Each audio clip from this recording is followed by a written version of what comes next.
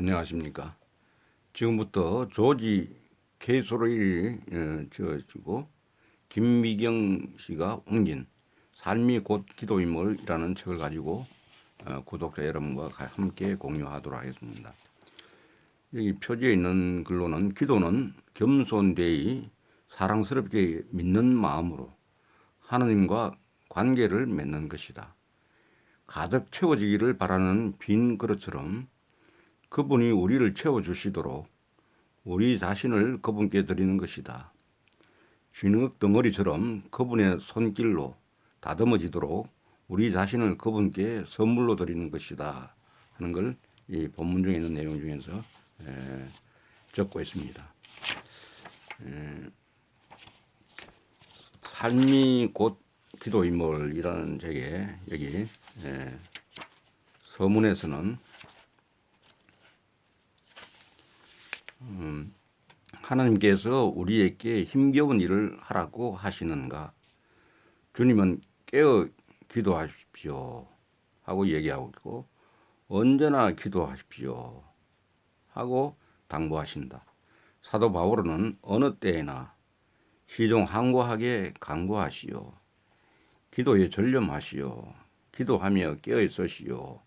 끊임없이 기도하시오. 이렇게 성경에서 우리에게 당부하고 있습니다. 그러면 과연 이렇게 깨어 있으면서 우리가 쉼 없이 기도하는 것이 가능한가 하는 걸 한번 생각해 보기로 하겠습니다. 그 BM 슈비나르는 다음과 같이 말합니다. 기도가 순전히 지적인 명상만을 뜻한다면 쉬지 않고 기도하는 것은 불가능할 것이다. 마찬가지로 기도가 몸으로만 하는 것이라면 온몸으로 꾸준히 기도할 수도 없을 것이다. 또 기도가 감각의 문제라면 우리를 점령해 버리는 모든 느낌, 감정이 끊임없이 기도하는 것은 불가능하게 할 것이다. 그렇게 됩니다.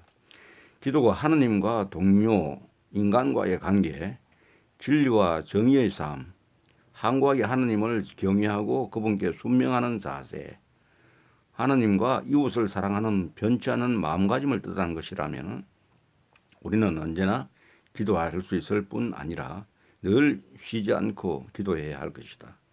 그러므로 기도는 공한 말을 늘어놓기보다는 쌓여진 기도문을 앵무새처럼 반복하는 것이 아니라 우리 전 존재의 가장 깊은 곳까지 움직여 우리의 창조주 하나님과 접촉하며 그분과 인간적으로 관계를 맺는 것을 의미한다. 이렇게 얘기합니다. 우리의 삶에서 하나님께 마땅한 자리를 내어드리고 이웃 형제 자매들에게 마땅한 자리를 내어주는 일은 중단이 없는 일이다.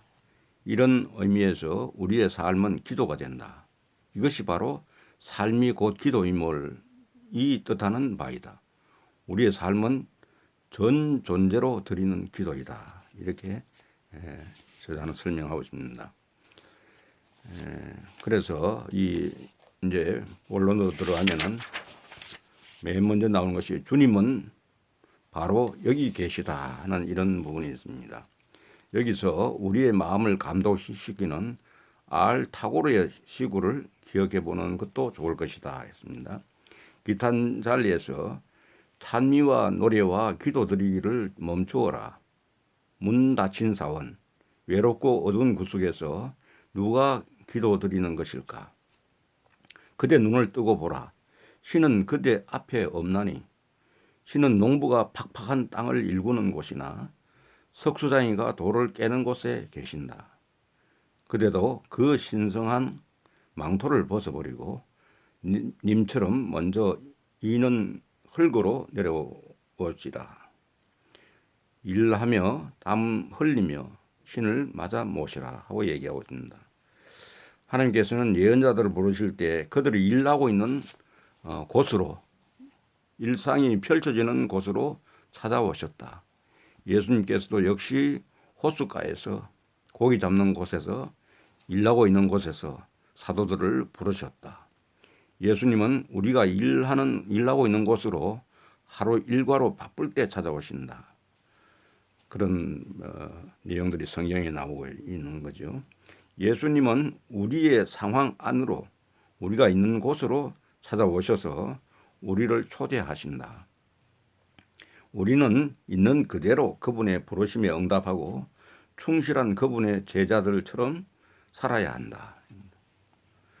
우리는 각자의 처지에서 우리 자신을 그분께 맡겨드리기로 결심해야 한다. 우리는 각자의 입장에서 예수님의 부르심에 따라 삶을 바꾸어 나가야 한다. 이러한 응답이야말로 그리스도인의 길이요, 그리스도인의 삶이다. 이것이 바로 기도의 삶이다. 이렇게 저자는 얘기하고 있습니다. 그리고 기도는 겸손되이 사랑스럽게 믿는 마음으로 하나님과 관계를 맺는 것이다. 이렇게 앞부분에 있던 얘기가 여기 나오고 있습니다.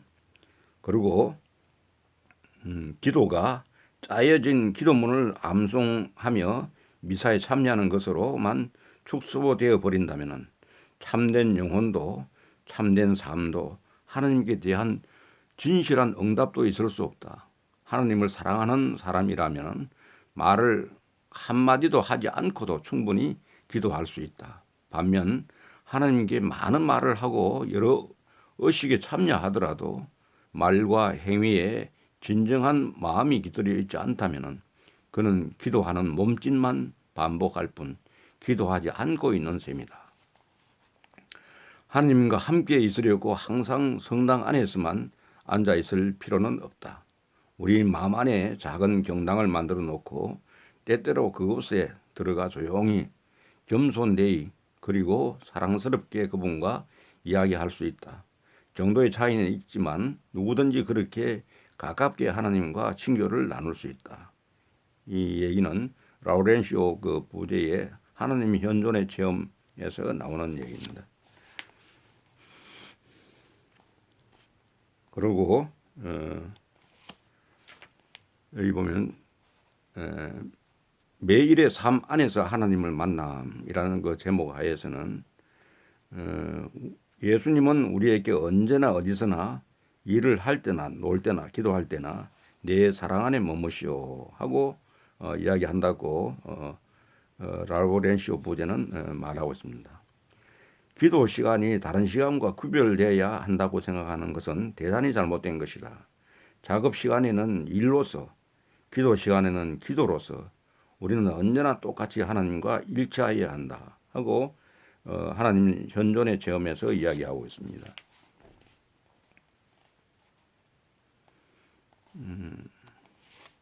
그리고 활동하면서 관상학이라는 그 제목 하에서는 많은 주부들이 시 홀레기 지은 마음을 끄는 시 한 편을 부엌에 걸어놓고 있다. 전쟁 당시 요리를 하다 손가락을 다친 여류 바이올리니스트를 위로하는 시인데 몇 줄만 적어보겠다 했습니다. 냄비와 밥그릇의 주님, 저에겐 당신과 함께 밤샘 기도를 하고 착한 일을 하고 동트는 새벽을 바라보며 명상에 잠기며 하늘 문을 두드릴 시간이 없습니다. 식사 준비와 설거지를 통하여 성인이 되게 하소서. 냄비와 밥그릇의 주님, 저는 사람들의 영혼을 위해 당신께 우리를 성가시게 하는 차나무 잎과 끈적끈적한 죽그릇을 바칩니다.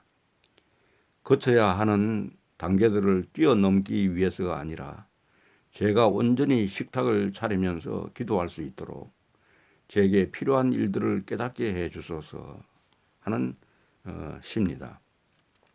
개인의 사회적인 지위, 재정 상태 혹은 직업에 상관없이 누구나 기도를 통하여 하나님과 일치해 살아갈 수 있다고 얘기합니다. 그리고 모든 경험이 기도가 된다고 하는 글에서는 내가 겪는 일 모두가 기도가 될 수 있다. 즉 나의 모습 그대로, 나의 삶 그대로를 주님께 숨김없이 내어놓으면 되는 것이다. 나의 경험한 바가 기도의 내용이 된다. 있다고 이야기하고 있습니다. 그리고 우리의 경험은 모두가 보다 더 깊은 사랑, 보다 더 굳건한 믿음을 갖게 하고 보다 더 충실히 예수님을 따르도록 이끄는 하나님으로부터 오는 도전이며 초대이다고 얘기하고 있습니다. 살아간다는 것은 기도하는 것이며 최고의 삶은 최고의 기도이다. 기도는 우리 안에 감추어져 있는 하나님의 모습을 발견하는 것이며 삶에서 충격을 받고 놀라게 되는 가운데 우리 주위에서 일어나는 사건에서 하나님의 목소리를 알아듣게 되는 것이다. 나여 두려워하지 마시오 하는 이 성경 말씀처럼 우리가 하나님의 목소리를 듣고 그분께 우리 자신을 내어드림으로써 응답하도록 부름받는 곳은 바로 우리의 매일의 실존을 완성해 가는 치열한 삶의 현장이다 하고 있습니다. 그 다음에 비상한 노력이 필요한 덕목이라는 데서는 진정한 덕목은 치열한 삶의 현장에서 모든 시련과 난관을 믿음으로 정정당당하고 성실하게 극복해 나가는 데 있다. 성 바오로가 그 표양을 보여주었으며 그는 그가 받을 상을 확신하였다. 그래서 나는 훌륭한 싸움을 했으며 달릴 길을 다 달렸고 믿음을 간직했습니다. 이제 정의의 월계관을 내게 주실 것입니다 하고 이야기하고 있습니다. 하느님의 뜻대로 살아가기 위해서는 노력과 고통 그리고 세심한 주의와 배려가 필요하다. 예수님이 그렇게 사셨으므로 우리도 마찬가지다 이렇게 이야기하고 있습니다. 그리고 여기서는 이제 특별히 마련한 기도 시간이라는 제목에서는 우리의 모든 경험, 우리의 전 생애가 기도가 될 수 있으려면 매일 하나님과 단둘이 보다 친밀하게 귀 기울여서 얘기를 나누는 시간이 있어야 한다. 사랑하는 마음은 직접 만날 때 더더욱 커져간다. 별로 만나고 싶지 않는 친구 사이라면 분명 냉랭한 관계이다. 우리가 피해야 할 두 가지 극단적인 오류가 있다. 하나는 기도를 단지 외적인 형식과 습관으로만 하는 것이고 다른 하나는 마음은 늘 하는 게 있다는 핑계로 드러나는 모든 형식, 정해진 기도 시간, 기도문을 소홀히 하는 것이다. 이렇게 이야기하고 있습니다. 그다음에 삶이 곧 기도이다는 제목에서는 기도는 어느 시간에만 국한해서 하는 것이 아니다. 기도는 온몸으로 언제나 하는 것이다. 기도는 하나님과 자기 자신, 이웃 그리고 세상과 올바른 관계를 유지하는 삶이라고 이해해야 한다 하고 있고 기도의 정신은 언제 어디서든 모든 일에 있어서 즉시 자연스럽게 기쁨으로 기도를 드리는 선한 의지이다. 이러한 기도는 모든 것을 변화시킬 수 있다. 참 그리스도인은 언젠가 나에게는 그리스도가 생애 전부입니다 라고 말할 수 있을 것이다.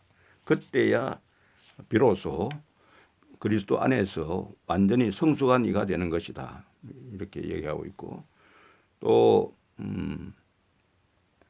온전한 사람은 그리스도 안에서 살면서 지성, 의지, 마음 그리고 육신의 힘까지 다해 하나님께 대한 모든 사랑을 깊게 한다.